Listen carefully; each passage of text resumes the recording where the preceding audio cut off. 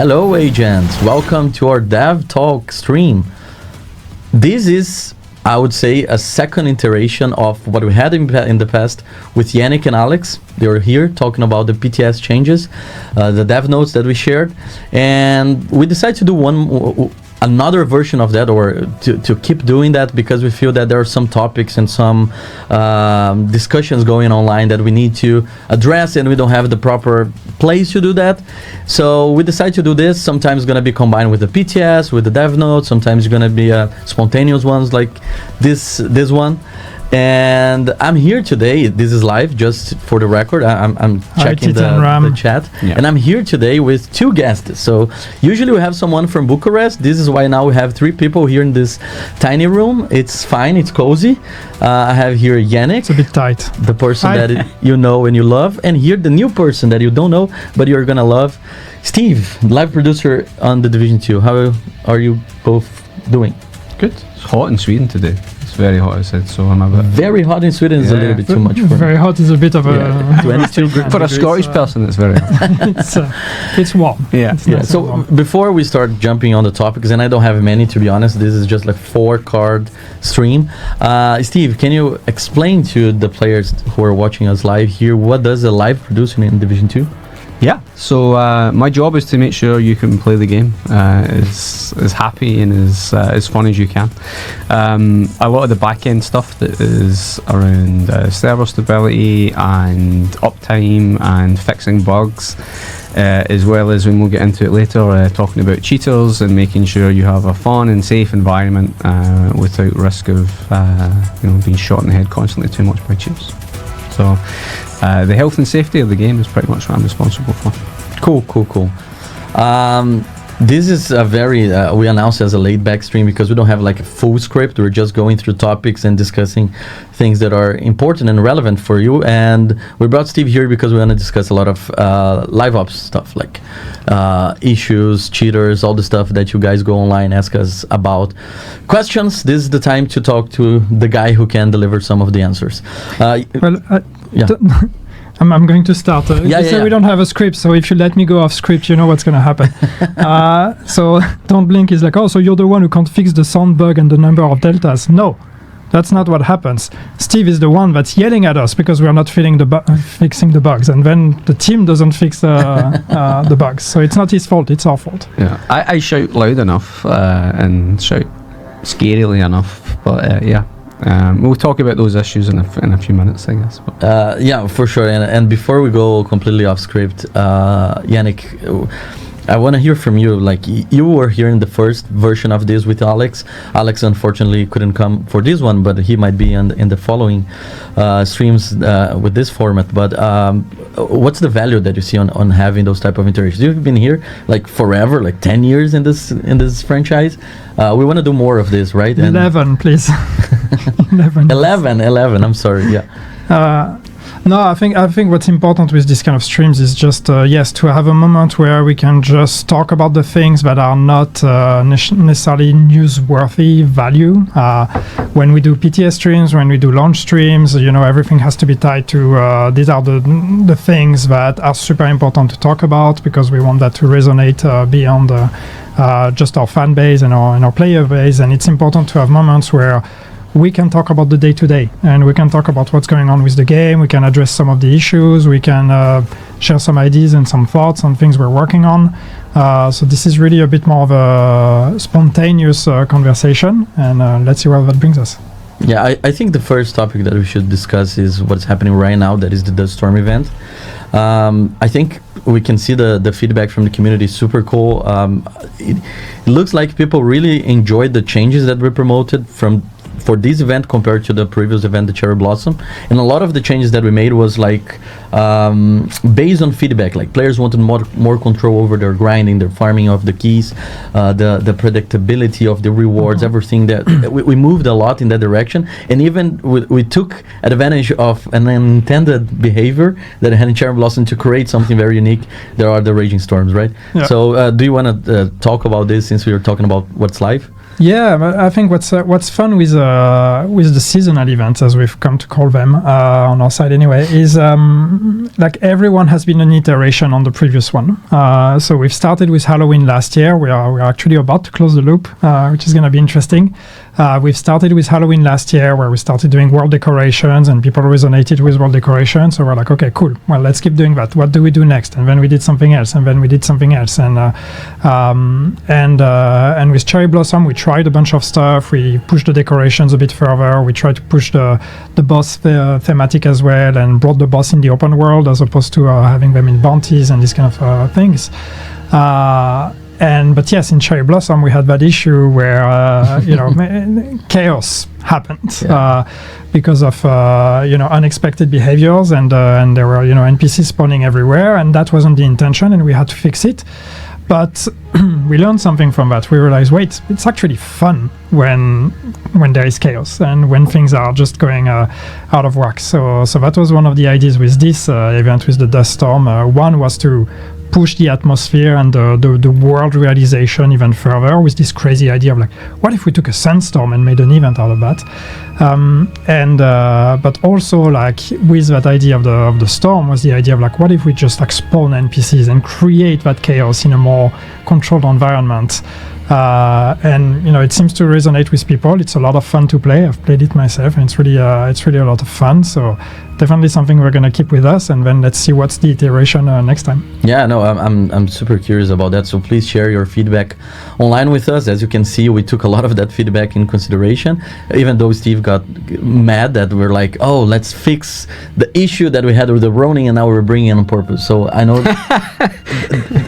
I'm sorry, Steve. It was fun. Yeah. Players asked us to keep the fun, so let's go with that. And I still need to complete to get the hunter mask. I'm terrible facing hunters. I need to increase my DPS. I think increase my hunter collection.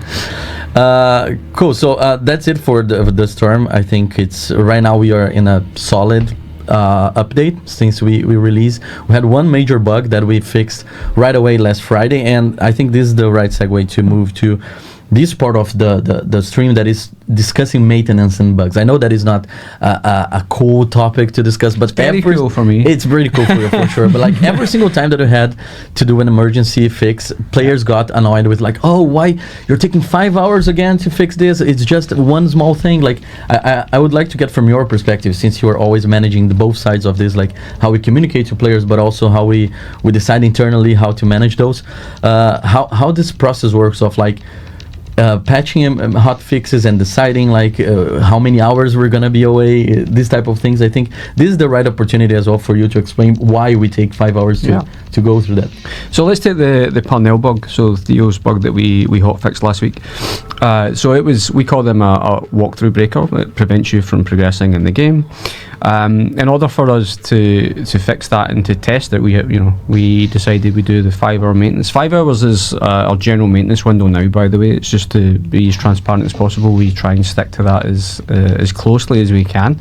But when it's progression related, in this case you have to go through X amount of missions until you hit that bug. We take that from the first player's experience of that. So they'll go through the whole Woni campaign until they get to Theo. So we can't just launch that first mission and see if it's fixed. We want to make sure everything gets to that point, is still working, and the hotfix in this case, making sure he spawns, actually happened.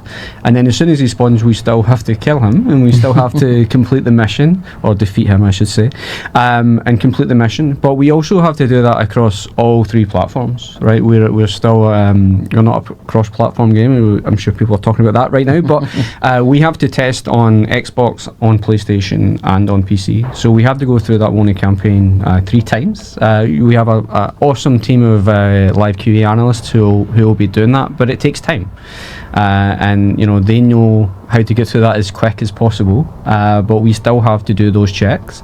And in addition to the game checks being done, we still have to take the servers offline. We still have to kick everybody from the servers. You get the message obviously at the bottom, but we have to make sure the servers are completely empty before we take them offline.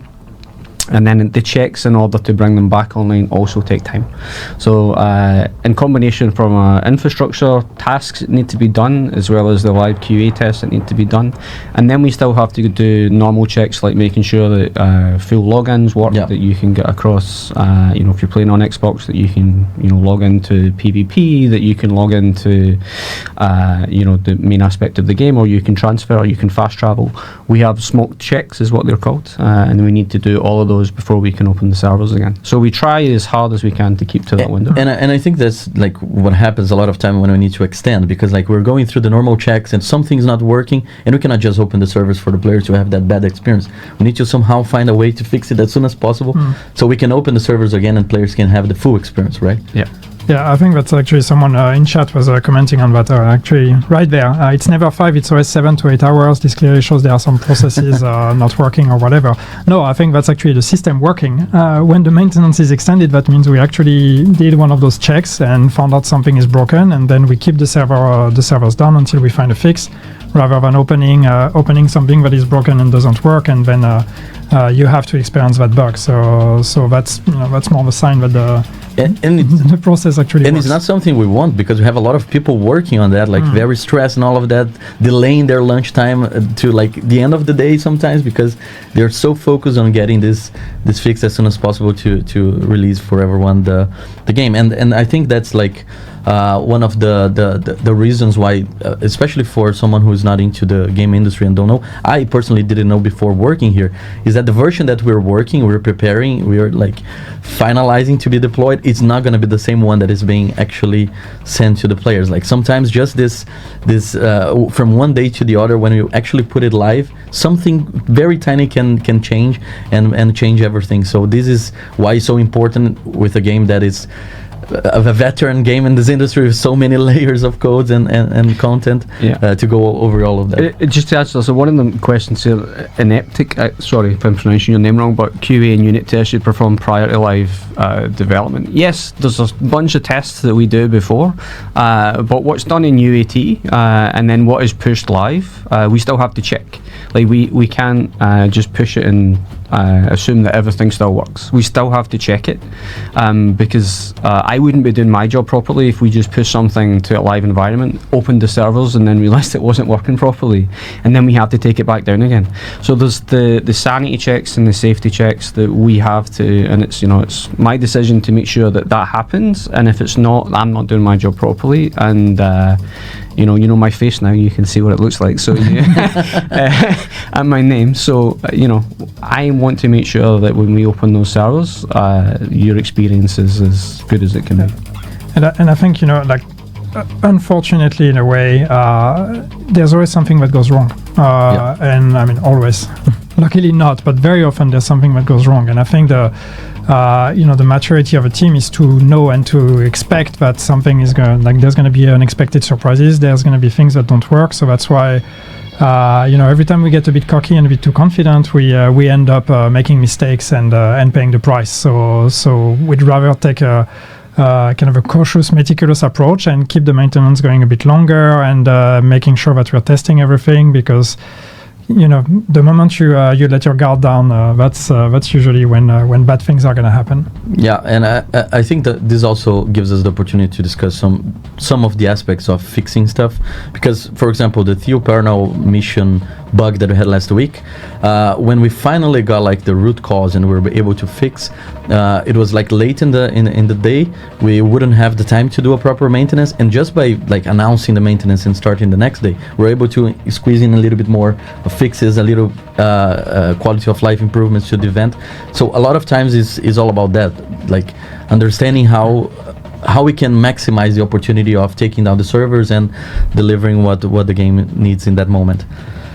And talking about that, I think we need to discuss Bug Reporter, because that's something that, especially for me on the community side, was pretty big on the year 8 approach.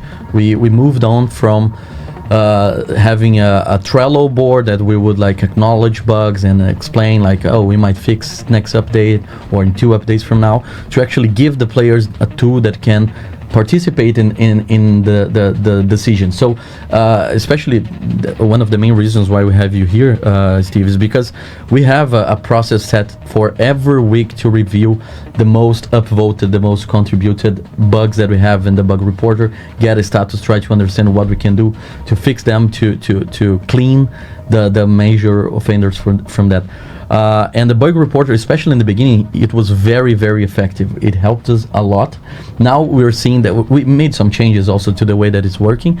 And to clarify here, we went from a state that everyone would report a bug in there, and we would get one person reviewing every single of them and then pushing live for the tool when was approved and considered a bug, to like, hey, so many players are reporting that actually we don't need to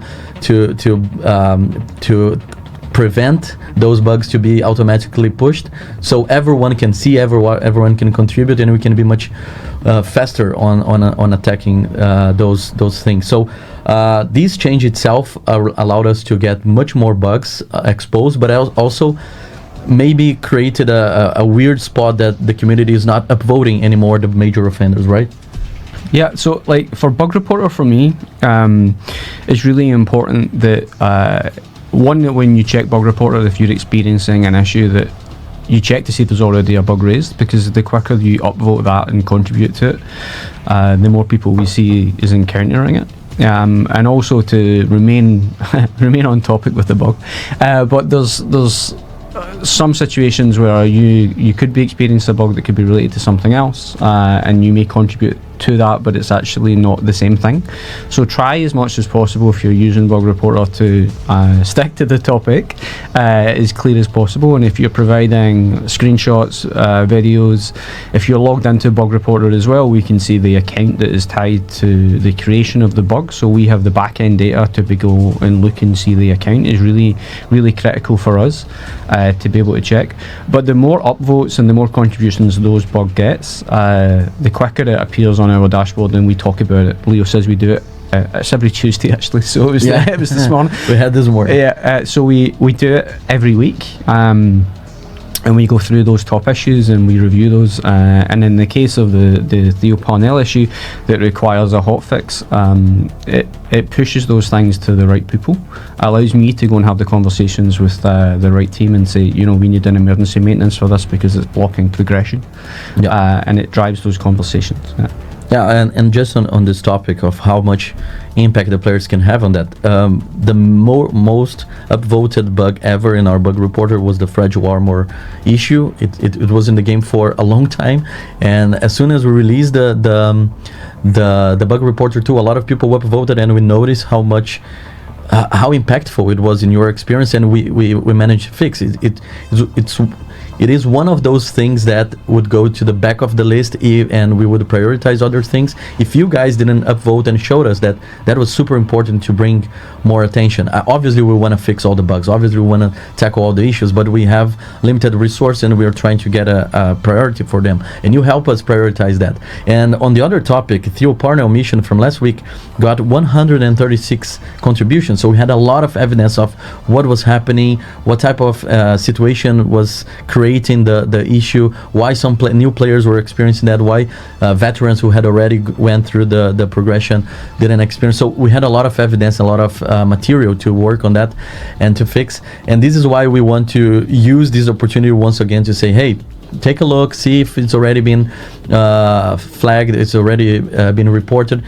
Try to contribute to upvote, so we can, it's easy for us to take like, oh, we have 100 votes on this one, so let's take this more seriously. Then we have a bunch of bugs with tickets with 5 upvotes, 6 upvotes, so it's hard to navigate through those and understand. And like obviously we check socials, we check Twitter or X, Reddit, all of them. We know like the community is talking more about this, but when we go to bug reporter, sometimes it's not the reality. So this is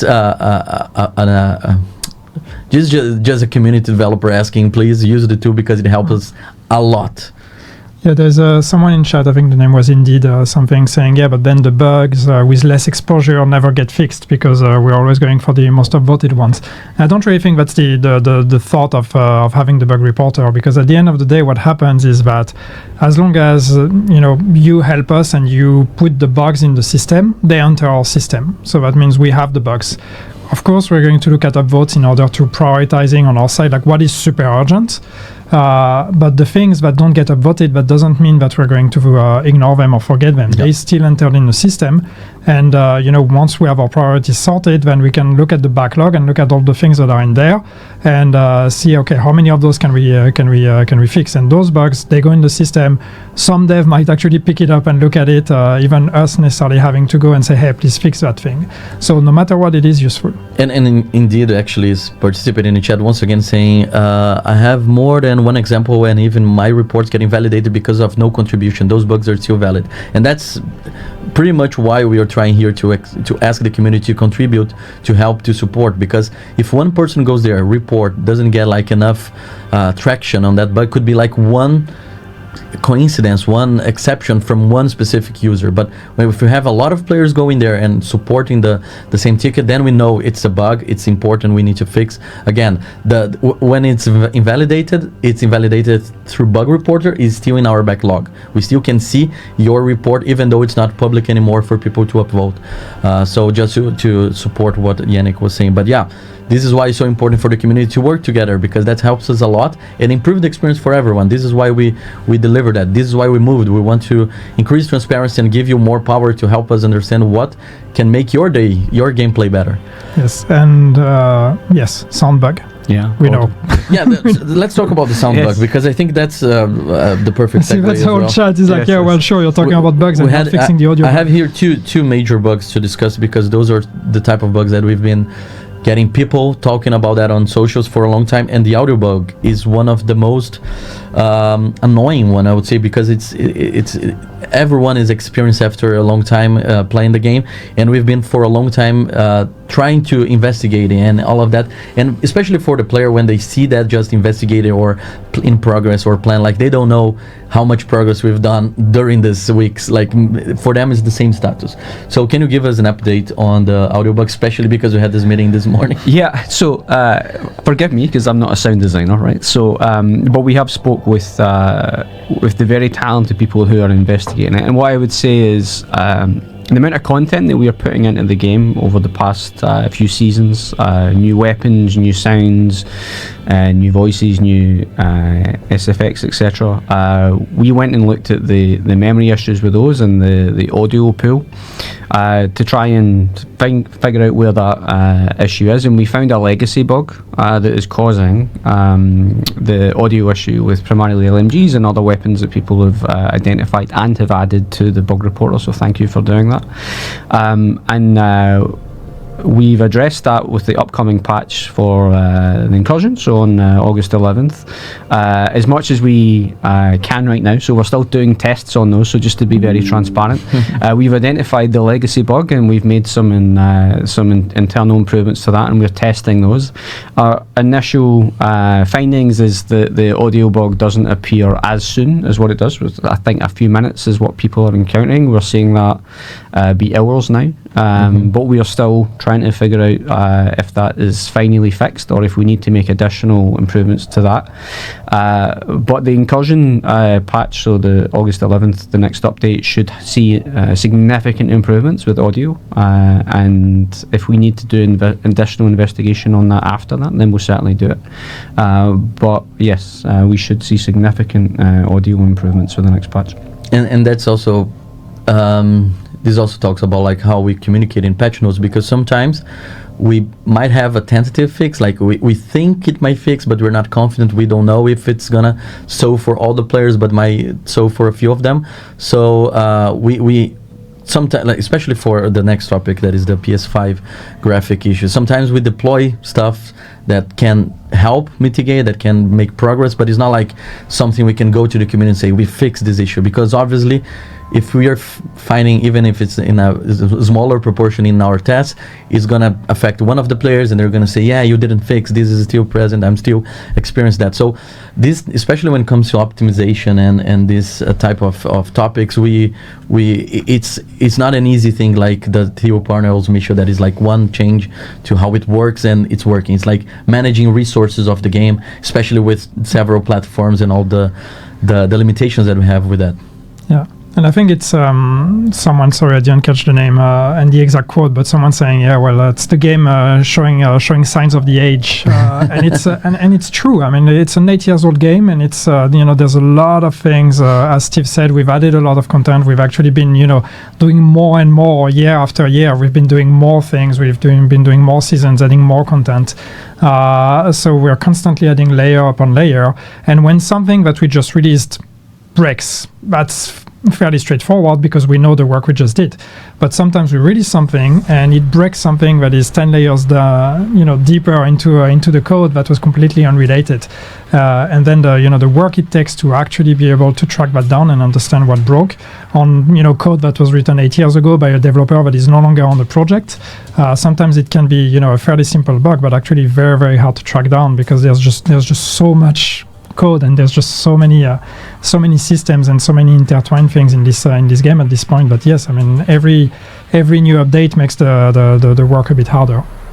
And talking about, like, now you've briefly mentioned that we have a tentative fix that we're right now testing for the next update, 2.3 on August 11. How about the PS5 graphic issues? Because I think this is a similar but different situation as well, right? Especially because of what type of reports we're getting through Bug Reporter for this specific bug. Yeah, so memory issues, I guess, is the key thing. Like that, our PlayStation build is the same across PlayStation 4, PlayStation 5, right? It's the same with Xbox X and the prior generations.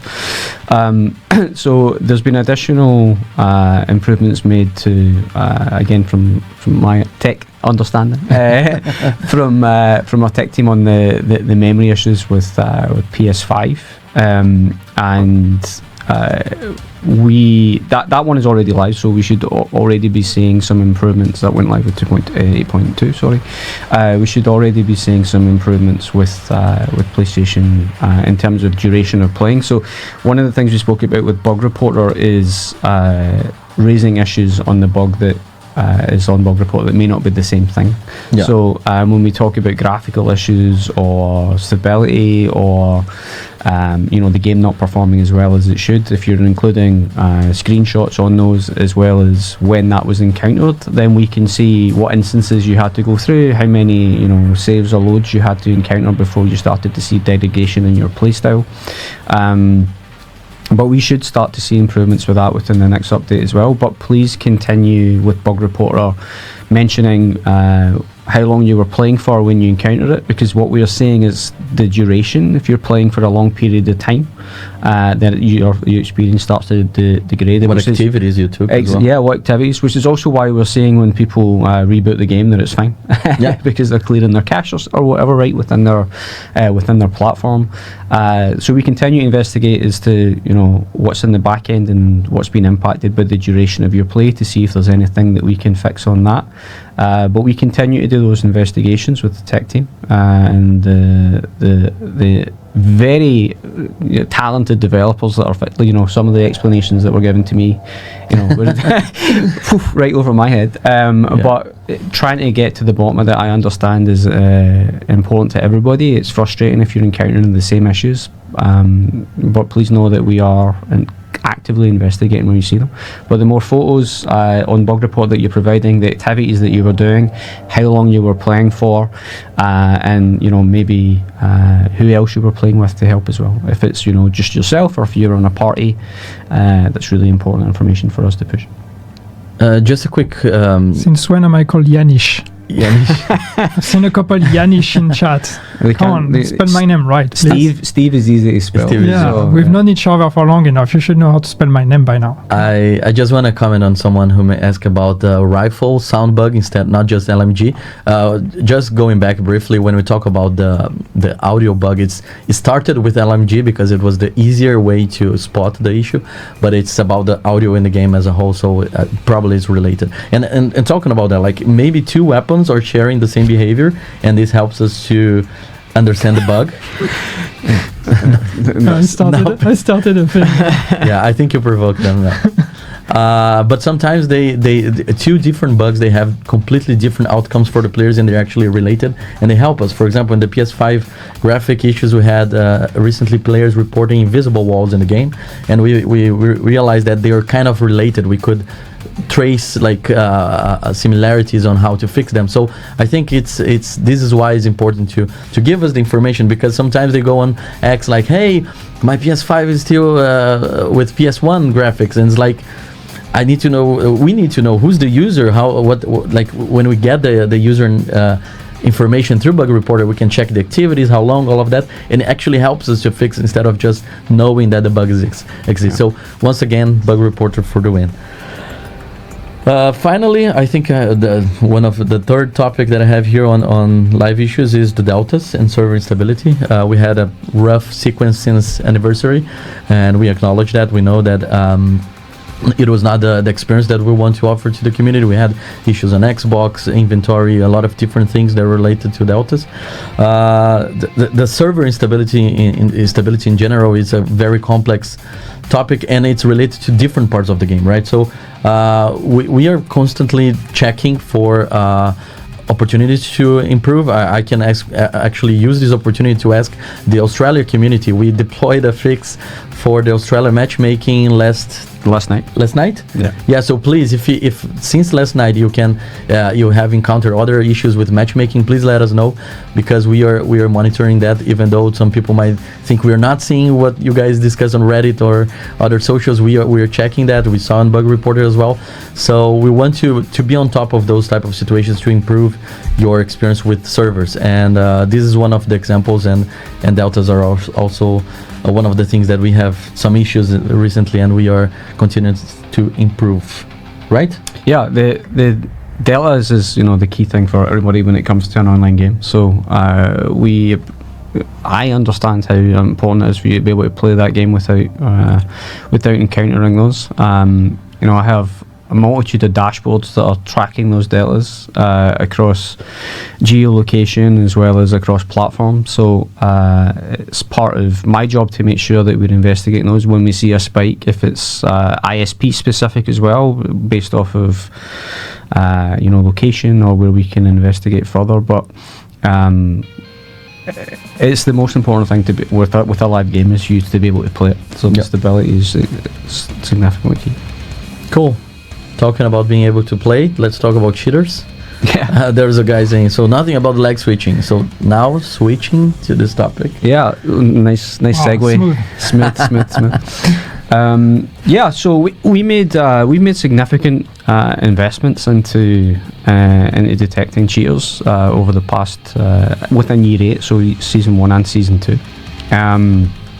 And I guess we can start with season 2 specifically, because it was very PvP heavy. Still is. We're still in season 2. So in terms of what we've done, we've invested in my team to be able to actually sanction players quicker. So we've had maybe 450-500% increase in the amount of people that are actually able to do that, including me. I've made some sanctions and some bans over the last few weeks. In terms of what we are doing, with 8.2 we had an update with third-party tools. So Charlie 03 is one of the errors that you will see if you are a cheater. If you are installing third-party software on your PC to give you an advantage over other players and to create a toxic environment for other people, you won't be able to boot the game. You'll see that error message if it's detected, and you'll get kicked from the game, and then if you try and reboot the game, you can't. So that's a one for us, because we're preventing people from actually launching the game that have those installed. And if you see that error message, please uninstall that third-party software, because you will not be able to play without it. But what I want to reiterate is that you're not banned for that. That third-party software has got to give you, aimbot, or it's got to give you the ability to shoot through walls, or unfortunately kill players in the base of operations or areas, safe houses, for example. We look at the data that shows us if you're able to have aimbot usage, or if you're being detected using that, and we ban for that. So we don't ban for you installing the software, we ban for you having an advantage over other players. And it's a manual ban. It's done by a human. So just to... That's important to highlight. Yeah, it's very important, because there's a human at the end of that pressing that button. There's a human looking at the dashboard. There's a human looking at the data. It's not automatic. Now, we'll get to the place eventually where, tools will help us be quicker at doing that. So sometimes I know it's maybe you don't see it happening quick enough, but that's the reason why, because it's a human. But it's the data that we use to ban players. We need to be 100% sure that it is accurate before we sanction them. So I guess the next question is probably, what's the difference between a temp ban and a permanent ban, right? That was not the next question, but we can go through that. So, because just to clarify, sometimes we're like on socials replying to reports like, yeah, the team took care of this, and then 1 week, 2 weeks, I don't know, X amount of time later they'll come, oh, but I just saw this guy running in my conflict match, and so you guys didn't do anything. I want to discuss this, because I think for a few players or for a few reports in socials, we interacted explaining a little bit more about our approach for temporary ban and permanent ban, but I think this is the platform. This is when we have the attention of the most of the community to discuss those, right? Yeah, so temp bans is someone that's maybe doing something for the first time. They've learned about an exploit, or they've learned about a cheat that they are impacting their own playthrough, right? Cheaters cheat for their own reasons, but for permanent permanent sanctions that we take place, it's repeat offenders, or it's people that are having significant impact on the game for themselves and also for other players, and also on the server, because if you're exploiting and you're putting additional pressure on the game, you're causing negative experiences not just for you but for the people that are also on that same server as you. So repeat offenders, will get the permanent sanction, and they will get. I saw a comment there about multiple accounts. So yeah, one of the things that we see with temp suspensions is that if you report a player through socials with a video or a screenshot, and we can see that, then it allows us to take immediate action to remove that player from the game, and then we'll go and do the back end data to make sure are they a repeat offender, have they been banned before, and then we implement a permanent sanction if we need to do that. So the screenshots help with that, because we can see it immediately, and we use the data then from our dashboards and the daily reports that we get to be able to implement a permanent sanction if it's needed. And I feel that since you mentioned the social reports, we have the in-game report too, and we have the social reports. We have people going on X and tagging us, tagging our personal accounts. This doesn't help. Just to make very, very clear, we don't review things through our social accounts. Everything is through the Division game account, and a lot of times we don't necessarily go through, we don't necessarily reply to players, because sometimes like, oh, you reported a cheater, and we reported internally, and we are investigating the case. So this is sometimes it's like you reported and you're getting an answer 2 days after that. It's because it takes time to verify the data, as Steve mentioned. We want to make sure that the data is supporting the decision of applying sanctions. And also we have a lot of reports through the in-game tool. Yeah, Sebi Snipers has said in-game report is useless. It's not useless. I will tell you right now, it is not useless. I look at it every single day. My team look at it every single day. So the in-game reporting we want to simplify it because it's been in there since the start of the game, right, 7-8 years ago. It's part of making it better, right? Yeah, like so the whole PvP thing. Exactly. So you can report a player through the in-game menu. I'll try and, it's on my list to make that process less clicks, so you can just get back into the game and play as much as you can. But it's not useless. Please note that when you submit an in-game report on player, it gives us the username, it gives us the timestamp, whatever you report them for, if it's toxicity, if it's harassment, if it's text, if it's cheating, it gives us the area to pinpoint into looking at our dashboards to look at it for.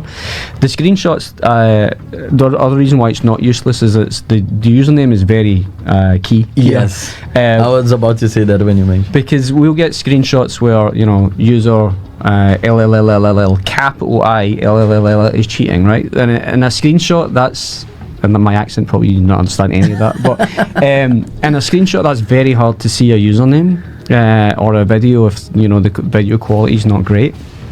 With an in-game report, we get that account. We get not only the division2 account that person, we get the Ubisoft account that it's tied to, and we're able to see if that person has been prior sanctioned within our game, within the Division franchise, and we can take necessary action.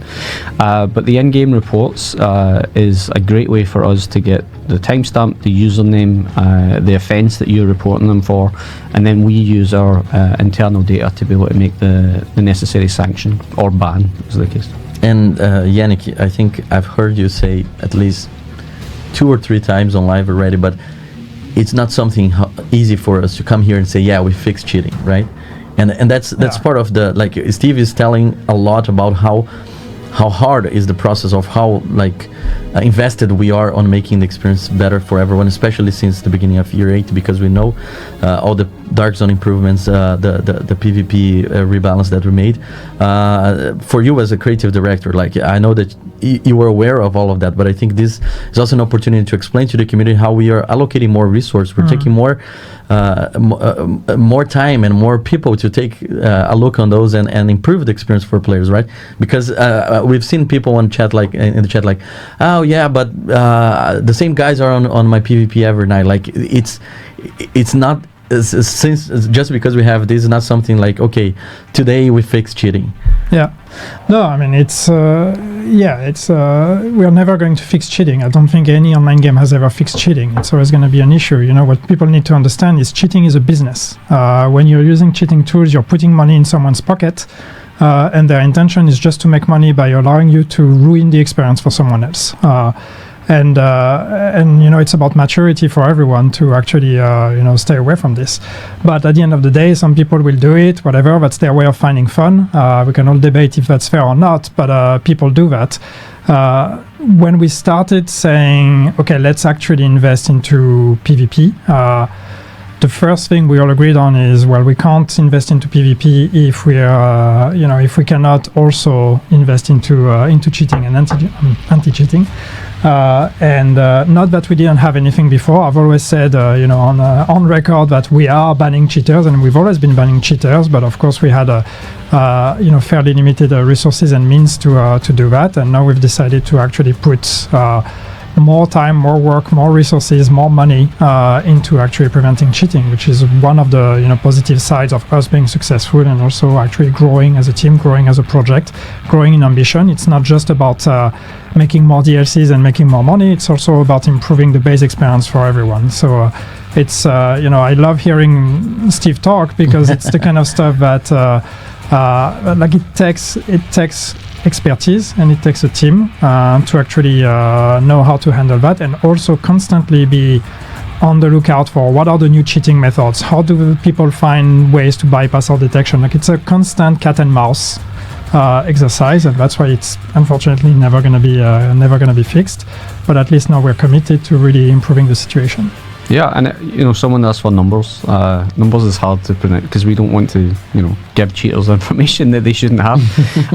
But with season 2, we banned so far, or sanctioned, I should say, 700% more people than what we have done in season 1 of year 8. So sanctions and bans are happening more prominently than they ever have. And as Yannick says, the team is being invested in to be able to deliver that. we'll continue to have improvement. We have more improvements coming.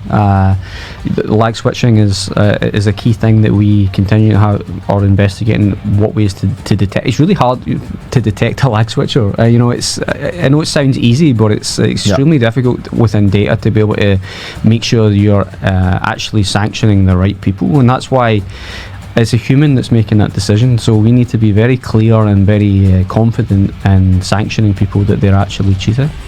So the improvements with lag switching will continue to be invested in. I saw someone else commenting about being shot in safe houses or being shot in the base of operations. We have additional improvements in detection coming with that as well. And then we have future improvements with anti-cheat and internal tools. And I also talk with other teams within Ubisoft. So Siege is a great team to talk with in regards to how they're detecting cheaters, and we are sharing knowledge and best practices within the industry as much as we can. I want to acknowledge the fact that the chat is loving you, as I predicted in the beginning of this.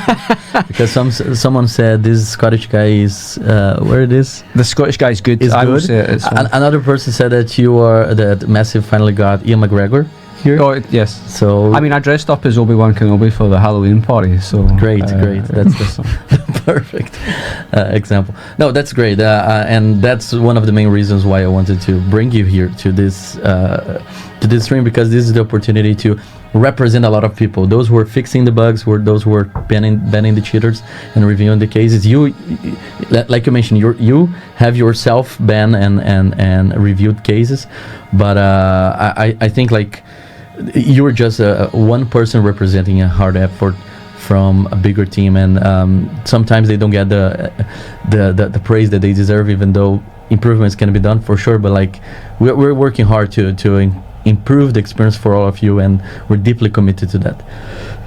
Talking about experience, Yannick, I think we can talk a little bit about the Season 2 reception so far.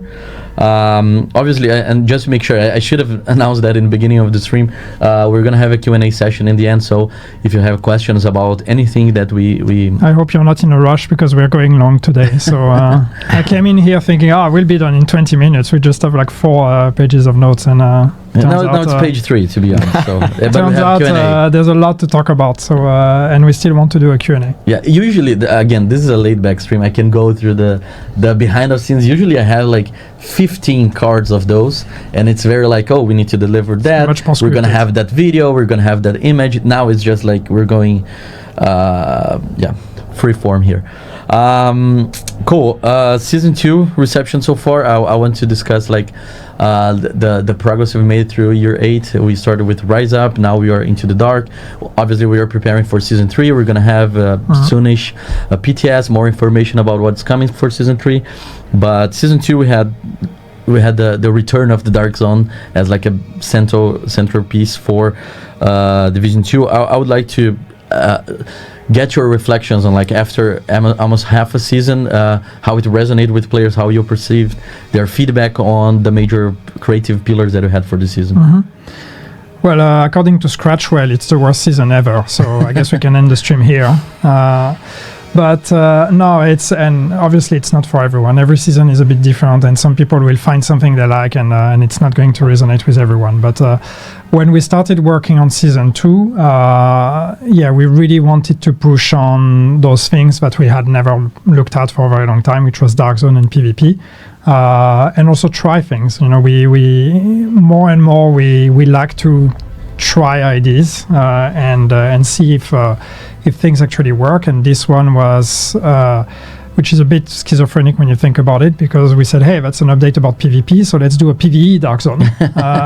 But still, it was the idea of like, okay, if we're going to work with the Dark Zone, if we're going to try to improve the experience in Dark Zone, the PvP experience, maybe that's also an opportunity to revisit PvE. Or to consider the option of doing PvE Dark Zone. And it's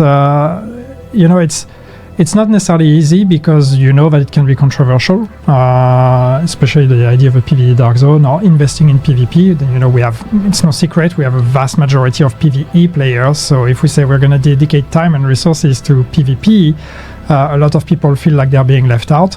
And that's how the PvP community has been feeling for a very long time. So I think we are long overdue for giving them some love. But still, we want to make sure we have something for everyone. So if we're going to be working on PvP, which means the Dark Zone is a big part of that, how about we also try to do something for PvE players? And then you connect the dots and you realize, well, maybe we can try the PvE Dark Zone. So overall, as far as I'm concerned, I think I'm very happy with season 2 and how it turned out. What we can see is that the idea of a PvE Dark Zone conceptually is something that resonated with people. This instance of the PvE Dark Zone is, I think it's fun.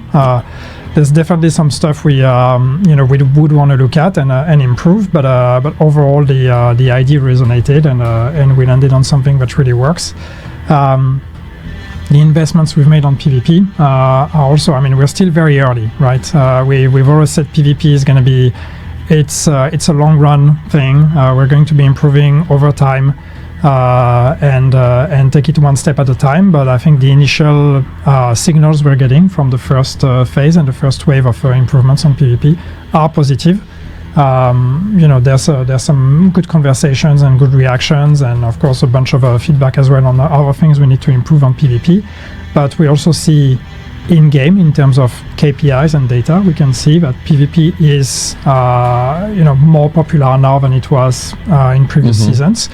Of course it's fresh, so there's always a bit of honeymoon as well, but we see increases in terms of playtime, in terms of how many players, in terms of how many sessions and everything. So there is a bit more life to the PvP scene, which encourages us in thinking, well, we should keep doing that. Yeah. And ultimately, I think that also confirms the overall intention that we had with year 8, and that is more and more true as we keep going, and that was something we talked about when we started talking about year 8. It's doing more doesn't necessarily mean doing more of the same thing. It means it's a chance for us to do more for different kind of people and to kind of broaden the proposition with the Division 2, and so it shows that when we decide to focus or to invest into things that are maybe not super popular right now, there is a crowd that has been here and that has been waiting, and so it's worth not always just banking on the most popular things, but also trying to look at the underdogs and push those as well. And right after the season launch, we had the Reddit AMA with Florin, the lead game designer for PvP, and he shared a little bit more about like the plans for the future, because this first update on PvP had this goal of tackling PvP. Okay, let's rebalance talents. Let's go through these major offenders that are right now. I wouldn't say ruining, but like they were affecting the experience of players joining the PvP. We talk about cheaters already, but the balance aspect of PvP also was very important to tackle.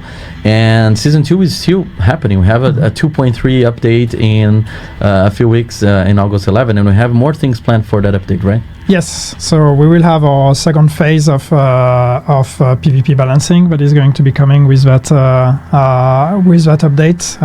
So that means we are going to be looking at the attributes of the gear, so brand sets, gear sets. We're going to be looking at those. We're looking at what else do we have in there? My memory escapes me. We are bringing the shooting range, PvP shooting range, which is going to be a lot of fun. We are looking at Dark Zone rewards, or Dark Zone loot, and there's going to be some improvements there as well for both PvP and PvE to make the Dark Zone even more interesting and more rewarding. So yeah, like we'll get back to that, and there's going to be some proper patch notes, but there is that second wave that is coming. And there's more work then on the subsequent waves that are going to come after that, where we're going to be looking at skills, we're going to be looking at a bunch of other things as well, eventually status effects, and all the things to really keep creating that baseline balance for PvP that we talked about for a while already. Yeah, and when you first spoke about like the vision for the season and everything, and the reception. I feel that like we had some issues or we had some aspects of the experience that can be improved, and obviously we're taking in consideration from 2.0 to 2.1. We made a lot of improvements, especially when it comes to the hunters, that experience that players had in the at the extraction of the PvE Dark Zone. I am a solo player. I'm having so much fun now, like getting to see other players, but like not necessarily joining them in a party, but like cooperating to like trying to get together the thing. I think this is a very valuable experience that makes a richer creates a richer environment for players. And so what I was trying to say here is that from 2.1 from 2.0 to 2.1 we had a lot of improvements to the experience of the PvE Dark Zone. There are more things that can be improved, but Florian also mentioned in his answers to the Reddit AMA that he was working on more variants of the Dark Zone. So I think this is something that maybe we can tease the players about the future, not only for 2.3, but like looking a little bit ahead. Yeah, so there's a bunch of things to be said here on the evolution of the Dark Zone moving forward. I see someone, Jedi Knight, saying not a fan of being forced into the Dark Zone this season. Yeah, that was the idea of this season, because we said we're doing PvE Dark Zone, so let's put the season mechanics on, connected to that to get for everybody to have a chance to experience that. Obviously, that's not going to be the case every season. Next season, we're going to get back to the open world. But that being said, the idea of the PvE Dark Zone, again, as I said earlier, resonated with a lot of people. So while we communicated about the PvE Dark Zone as a season exclusive, we've actually decided to keep it in the game. So PvE Dark Zone will remain as a permanent mode in the Division 2. We're going to keep the rotation, so there's always going to be one Dark Zone that is available in PvE.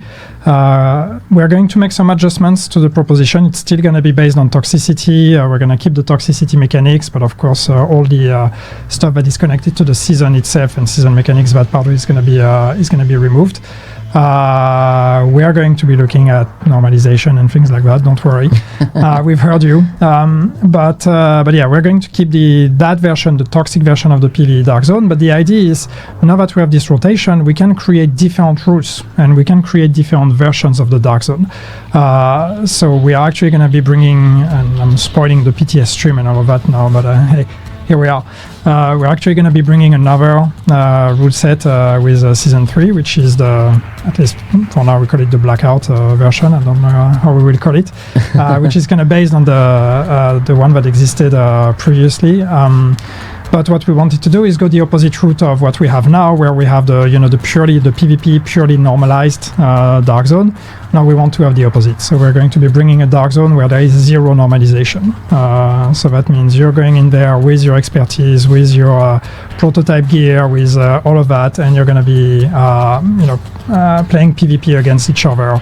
With no normalization, except of course the PvP balance, the PvP overrides, those will apply because it's a PvP space, but not PvP normalization. So you're going to go there with your actual RPG stats, so that's going to be a new mode that's going to be available in Season 3. And then moving forward, we want to experiment with more of those modes and play with the rotation to make sure that we're creating a bit of different experiences in the Dark Zone and keeping it fresh. Bet they're loving Yannick again. It's not good news. It's not my work. The love should go to the team for actually doing the work. But I think it's great to see the Dark Zone having a bit of life. And of course, the moment we make the rewards more interesting in the Dark Zone and all that, we give people a reason to actually go there, experiment, and play around with the Dark Zone. And as I said, we want to have experiences for everyone. So if you want a PvE safe Dark Zone, we want to give you a PvE safe Dark Zone. If you want a really skill-based PvP normalized balance experience in the Dark Zone, we're going to have that. If you want the real wolf and sheep experience where you are your playtime and the RPG matters, we're also going to have that. So this is the perfect place for us to actually experiment with a bunch of different rule sets and just have fun. Why did you take reconstructed cache out of DZOS? I think we fixed this bug already in the previous update. In case you haven't checked, I think it's fixed. It was not intended. Yannick out here experienced a roller coaster of emotions during every stream. Yeah, I saw someone saying that this is an unscripted spoiler. I think like this is the we obviously knew we could talk about this already, but it's fun because it comes in a natural way. Like we have a lot of things to cover. Who's gonna stop me? They're gonna fire me? We need to plug the play, pull the plug. You feel no, but these are things we're. I mean, season 3 is it's coming, so we are comfortable to talk about this kind of things. And again, I think it's it wouldn't be interesting to do this kind of exercise, this kind of stream, if we couldn't also openly talk about the future and stuff we're working on. So I think it's good to allow ourselves also to untie the tongues a bit and open up about some of the stuff we're working on. Steve, you have been here just nodding and smiling. Are you having fun with PvE Dark Zone? Yeah, the PvE one, yes. Like I am, I think I'm a good player when I play PvE content in Division 2, and then I go into the Dark Zone. I thought that, but I went live with my gameplay. I'm not that silly, and I will leave that for you. But for me, my first experience of the PvE Dark Zone, I saw 2 squads, and I just followed them. And I just helped shoot enemies and got a bunch of loot, and then I escaped, and then I was like, this is actually quite fun. And I think I spent about 4 hours that night just playing PvE Dark Zone. Just following squads? Yeah. And this was before we patched you could loot other people's if they died from the hunt, because people exploited using the hunter skills at the extraction zone, right? So I was like, why? And then I died, and then I had to go back in and get my loot, and thankfully it was still there. No one stole it. But I had so much fun, and like I had maybe went into the Dark Zone once or twice before, and I died instantly because I was not powered enough. That I'm not good weapons, didn't know the route. But the PvE Dark Zone was exciting, so I'm glad that it's staying. It's just for you, just for me. Yeah. I saw someone asking a good question. I'm looking for that now. I've seen a bunch of questions about crossplay. I'm sure we'll cover it in Q&A as well, but I think the answer is always the same. We're working on it. As soon as we have news, we will give you news. This is not the stream where you will get news on crossplay. And then it's like we are actively working and discussing and making progress. It's not because we're not giving an update that it's like in the back of our task list. We had a lot of people working on this right now and make improvements. Please keep the chat in English, because I've seen some French, I saw Portuguese before, Russian. So we are reacting to the chat, and we need to understand what you guys are saying, even though I understand Portuguese and Yannick. Yeah, I see you, the baguettes in chat, I see you. Understands French. Yannick, something that is in the chat, and I feel that it's the opportunity as well to give an update, especially because it has been teased during the first iteration of this stream with Alex, is the prototype recalibration. So what's the update on that? What can we discuss about the future of prototype gear? Perfect timing. Just when you say that, there's a comment from Nekokun. It's like a proto recal optimization, and I've seen people asking the whole time for the stream. Yes, season 3. Season 3 is where the magic happens. So we've been saying we heard the feedback right from season 1, where prototype was just way too RNG based and too rare and too hard to get. So we've worked a lot on the hard to get part, and we've made prototype more generous, easier to get. We've added targeting and a bunch of stuff. There are still improvements that can go in that direction in making prototype more generous. But also we've said we would want to bring something like recalibration or optimization, or a way for players to actually have more control over their items. So the solution or the proposition will be coming with season 3. We're not going to go in details now, I think, on how this will take place. What I can tell you is that it's a different take. So we are not taking recalibration and applying recalibration to prototype. We're not taking optimization and applying it to prototype. Instead, we decided to do it a bit differently. So prototype really has a bit of a different flavor and works in a different way. But hopefully that's something that you will like. I think it's going to be pretty fun. And it does add that layer of control, being able to customize and to better work with the stats of your items. So even if you get a prototype that is not a god roll, you can still make changes to it and make it fit your playstyle. So some of those changes are going to go also in the generosity route, to kind of loosen some of the restrictions we currently have on how prototype works, and how your ability to change the augments and these kind of things. And the other thing is a new proposition that is it's different from the regular gear we have right now. No, that's great. I feel that you mentioned the words that they want to hear, especially when it comes to like giving players more control. This is mainly the feedback that we've been getting about prototype gear of players not happy with being too based on RNG. I would like to just remind about the timeline, because we released prototype gear in year 8 season 1, and we are saying here that season 3 is when we are delivering most of the things that the players want. So we've been improving. We have made improvements over the time, and this is like an ongoing process of understanding how can we keep it exciting at the same time that we're giving the players what they want, right? And we've always said with prototype, it's adding a whole new layer of quality on loot and of RNG is something we don't want to take lightly. And we really want to take the time to iterate one step at a time with it, to really make sure that we eventually land in the right place. I know that when we shipped it, there were a lot of discussions on was it undercooked? They should have spent more time on designing it and preparing it and all of that. And I can't disagree with that. But on the other hand, you can spend as much time as you want designing on paper and thinking how things are going to go and how things are going to play out. The moment you put it on live, reality changes. So honestly, I think it still is the best course of action. Was to release prototype and just see how it lands, and then make the adjustments and see what is missing and how do we which way do we go, because we could have gone in many different ways depending on where we would have landed with season 1. So I think I'm happy with where we're at. I'm happy with where we're going, and I'm very grateful for all the feedback we've gotten. But it's gonna be good. I'm looking forward to talking more about that. I also see people asking about escalation and escalation tokens and all of that. This is not season 3, but we're also looking at this kind of stuff. Amazing. I think players are getting a lot of information. Like again, this was casual stream. We're just going over topics here. We knew that we want to deliver some of the things. For example, prototype gear recalibration and everything that Yannick is saying is planned for season 3. As you can expect, we're going to have a PTS, or we're going to have the opportunity to go over that before season 3 arrives.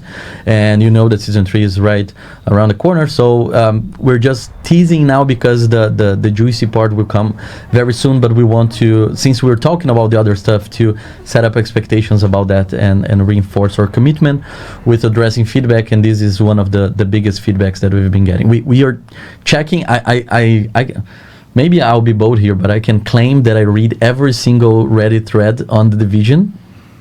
I can say that maybe, and even though we are not engaging there, we're checking what people are discussing, where the discussions go, and all of that. We have a lot of ways of tracking your feedback through socials.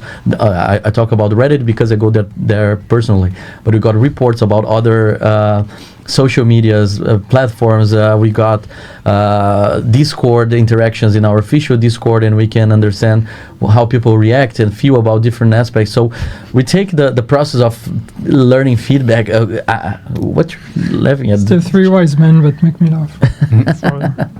So no, but we take feedback very seriously on trying to understand what the community wants and trying to see how we can organize that into a pipeline that makes sense with the plans and the things we have planned already, but the things we need to do to adjust and improve your experience. With that said, I have no cards anymore with me.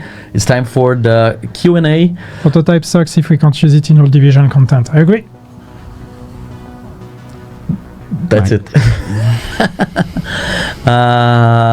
What else we can now we can cover the questions here.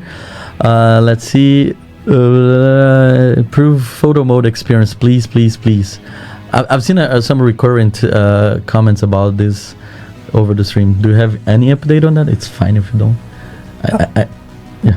It's fine if we don't. You put me on the spot and say it's fine if you don't have an answer. Yeah, I don't know. No, I mean, no, I don't have an update on that. It is one of those things that's on the list of things we would like to improve. So I hear you, I see you, but we don't have any news yet and no concrete plan on when we would get to do it. But I'd love to be able to revisit it and make improvements. Someone is asking about the audio issue. We have already covered that. You can go back in the stream and watch it later. I'm sure that content creators will cover that as well. But to make it short, we're working on that. We should have a tentative fix for the next update, August 11th. Does Steve have a kilt on? No, I am wearing shorts though, but not a kilt. So Steve came in full working from home mode with the shorts hidden under the table. Yeah. What else we can see? Dinosaur outfit. With full French here. Dinosaur outfit. I keep seeing people asking for the dino suit. No, I don't know. I'm still not comfortable about it. It's gonna take some convincing. Oh my god, it's going so fast now. I think this is the fastest that I've seen this chat during a Q&A. What else? It's so hard. I think that probably is because I'm the clown mask from Division 1. Which one was that? Don't remember this one. Why not? It's fairly easy for us to bring back stuff from Division 1, as you've seen. Crossplay. We're doing crossplay. We are working on that. We've shared an update on that. It's been worked on. So classified assignments utilize this. So like with 8.2, we put in the rotation of the classified assignments. Yeah. So for the original 8 that was in the prior to the new ones that we just released, they are each one rotates every week and they are free to play. So if you've not played them before, there's a good opportunity to play those. Update about survivors. We don't have any update about survivors for this stream. When you see Magnus here, he's the one delivering updates. So this is heavily focused on Division 2, not Division movies. I saw someone asking about Division movies. This is Division 2 live game. They're hard at work on survivors, just up there. Descent, no, we don't have any news on Descent, or no concrete plans either. Same on the list of things that we have an infinite list of things we would love to look at, but Descent is on that list, but we don't have plans yet.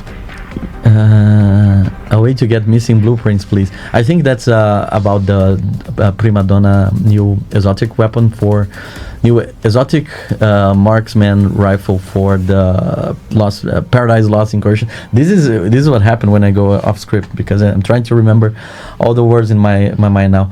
We deliver a new reward for Lost Paradise. Paradise Lost. Oh my god. And we don't have the blueprints for that, right? I think we saw some players asking about that. Do you want to comment on that, Yannick? Well, it's a matter of timing, right? It's like we don't necessarily want to give the blueprint immediately because it's a new exclusive for a piece of content for Paradise Lost Incursion. And so for that exclusive to be meaningful, we want to keep it, as an exclusive drop from that piece of content. For a time. When we're ready, we will be allowing the blueprint or allowing people to get the blueprint so they can make their own version, and then eventually further down the line, maybe at some point also add it to other sources. But for now, I think we're in the prime period where this is a brand new exclusive we've added to the incursion, and we really want to keep it that way for some time at least. There are people asking about Central Park. If you have any update on that, do you want to comment on that as well? Update on Central Park? Yeah. No. There they would fire me if I would actually give an update on Central Park. We're working on it. We're working on that. Yeah, for sure. What else can we see that? Specialization rework. Any progress on that? I think. Not yet. Not yet. I see more about the audio fix. So we are August 11th. We should have significant improvements to audio and sound issues. And we'll continue to investigate that to make sure we are prioritizing a long-term fix if it's not there by August 11th. So, someone asked what are the reasons for banning innocent players, Steve? We don't ban innocent players. Like the data that we have, I mentioned this earlier, it's a human that's banning somebody at the other side of the screen, and we look at data. We have that dashboards. We have a multitude of evidence when we ban people. So if you're saying that you're innocent and our data says otherwise, there should be no innocent people being murdered. What else do you have here? Legal bearer buff. I've seen a few people asking for that. I see you. We have some balancing plans for some items that we'll talk more about, but I honestly don't remember when they're planned, and I don't know if Eagle Bearer is part of it. But there would be a balancing pass actually that we're working on. I saw people asking about raids and new incursions, and people asking what we're doing for veteran players and non-new people. So with the next update of this season 2.3, we have a new incursion coming called Broken Rain, and that's a brand new incursion for our hardcore players to join. First of all, you need to find your squad, but take the challenge and join this big hard piece of content that we are preparing and see if you can beat that. I think that's one of the coolest things that we have for this year. I'm so excited to see how people will face that. I think also we can discuss here something that we shared during the previous stream. That's the fact that we're going to have completion reward. So if you complete the new incursion within a set time frame, so it's going to be one reward for 24 hours and the other reward for 7 days, so the first week, you're going to get an exclusive reward for being one of the first ones to take the challenge. What we're not going to do, and I think that's also the opportunity here to discuss, we're not going to do a world's first race. So this time we're not going to have a competition to see who are the first squad to complete the new incursion. And the reason why we're doing that is because we had, during one of the PTS phases, we had information from the incursion being leaked through data miners, and that basically spoils the experience for everyone. We could never trust the results if some people had access, even though it's not the full experience, but had some access to what is being what we're proposing to the community. So regardless of who would beat that number, would always have like that little star, like, are they real? Are they like for real with that? So this is one of the reasons, and I think again this is very transparent, laid back stream to explain why we're trying to be more transparent with our patch notes, releasing percentage for drop rates in the gear cache for the Duststorm event, for example,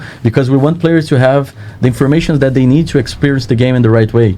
We don't want players to checking our codes to see information that we can share, and by accident or not getting information that are not ready to be shared with all of you. So unfortunately we won't be able to do that, and that's a shame, but it's one of the main reasons why we want to reward players for, or everyone who takes the challenge as early as possible, but not necessarily make a competition. Yep. Yeah. I would say on the rewards as well, one of the questions you asked me, what do I do? One of those things that I do is grant you the rewards. So the completion reward for doing the incursion you get automatically, but the 24 hours and the 7-day reward, my team will grant it to you. So we once after the full 7 days is complete, we'll export the data, and if you've completed it within 24, you'll get that reward. If you've completed it within 7 days, you'll get that. So it's not an immediate reward for those ones. You have to wait for them being granted,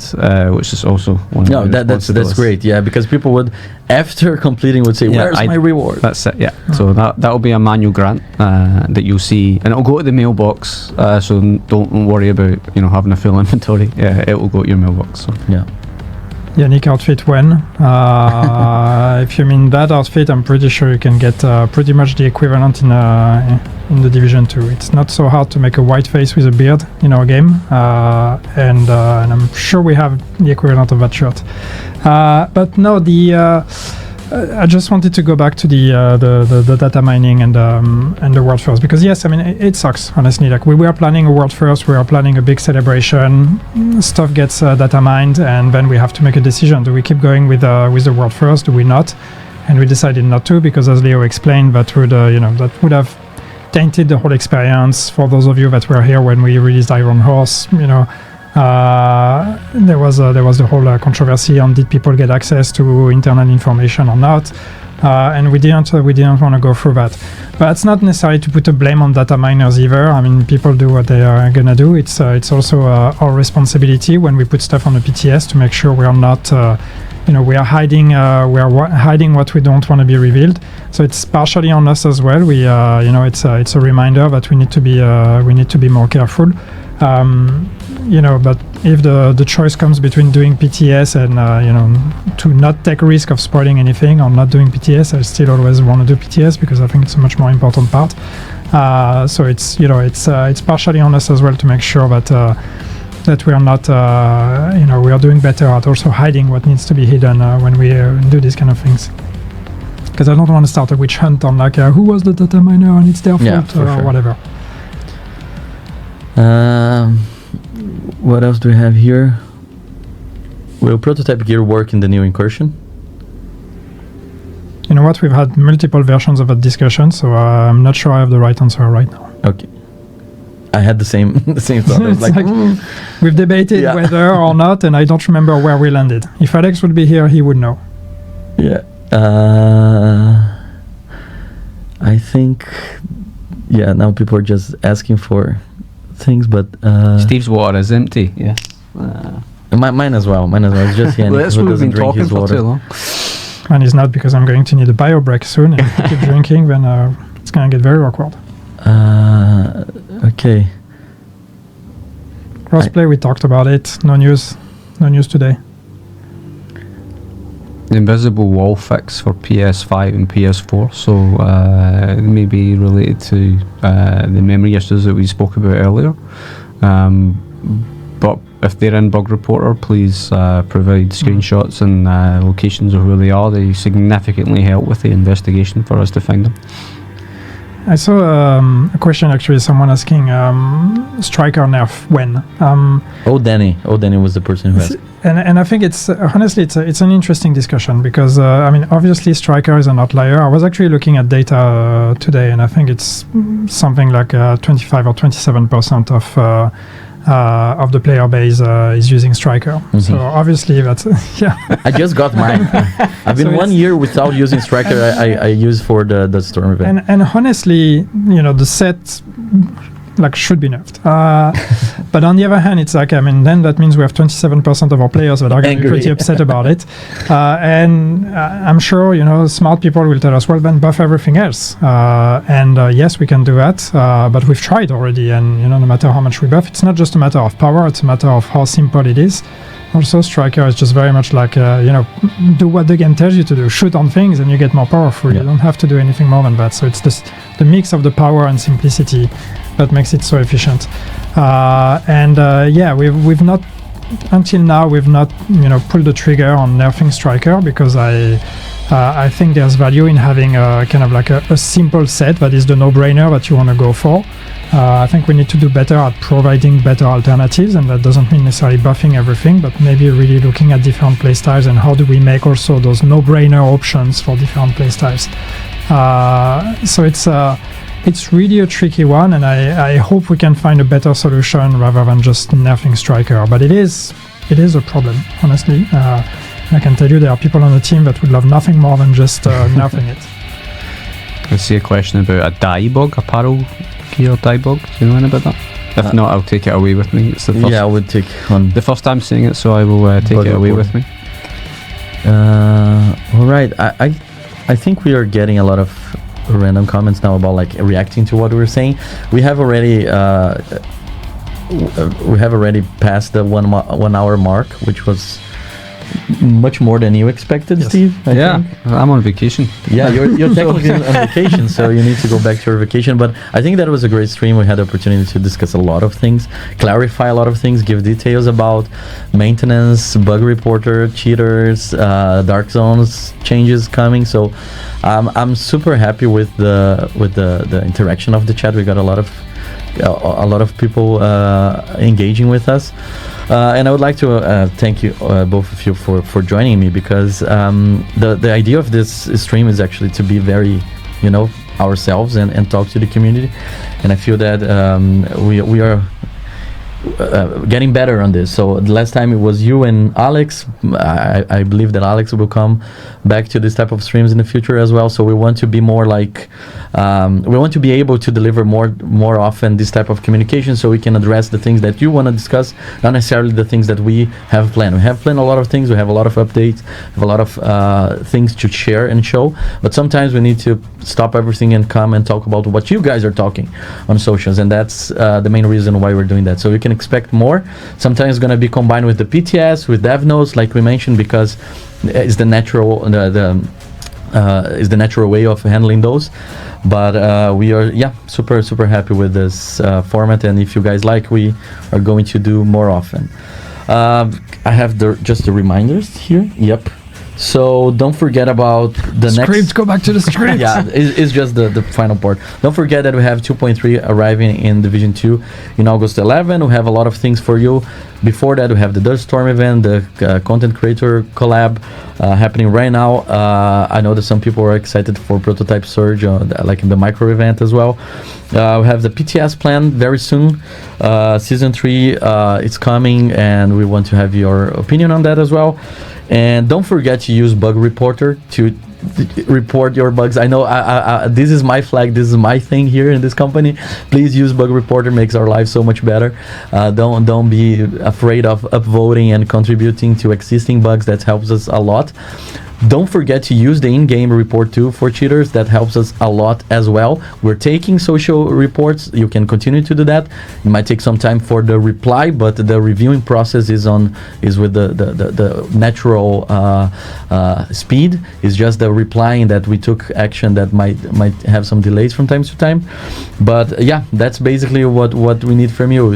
Have fun with whatever we have planned for you right now, and in this moment is the Storm event. I know that the community is almost donate. I don't know if during the stream they broke the. I think they did. Yes, they did? broke the 10 million. I think 10 they million. broke it. Yeah. Somebody asked for an extra reward because. Oh really? I think so. Someone can tell me in the chat. I still have like 70 something keys to donate to get all the.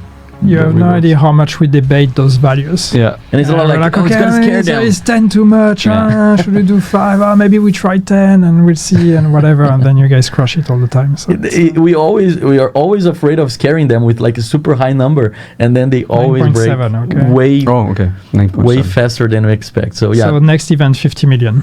50 million, yeah. Somebody lied in the chat. To get the skin. Someone lied in the chat. They says they hit it. So. All right, guys. Thank you so much. Do you want to say anything before leaving? Thank you for being so welcoming. This is my first rodeo. Long time listener, first time caller. So thank you. Yeah, the community loves you now. Yes. You know now that's until you ban them. Until you ban them. Until I ban them. So. Yannick. Yeah, no. Thank you. I mean, thank you for everyone. Thank you everyone for showing up. Thank you, Leo, for organizing that. We've been for a while saying, okay, like we should really like go back to having those kind of streams, and I'm super glad that you made it happen. So thank you, and hopefully it's the first, second technically, but let's call it the first of many. Thank you, Steve, for coming. It's great to see you on screen and on camera. Yeah. The camera adds £10. It's very true, right? And keep playing the event. Have fun. Let us know what you would like to see improve next time. And as usual, just keep the feedback coming. Keep it civil. Respect each other and have fun. And to finish on a good note, we mentioned the Storm event, so time to see once again the trailer for the Storm event. Bye bye.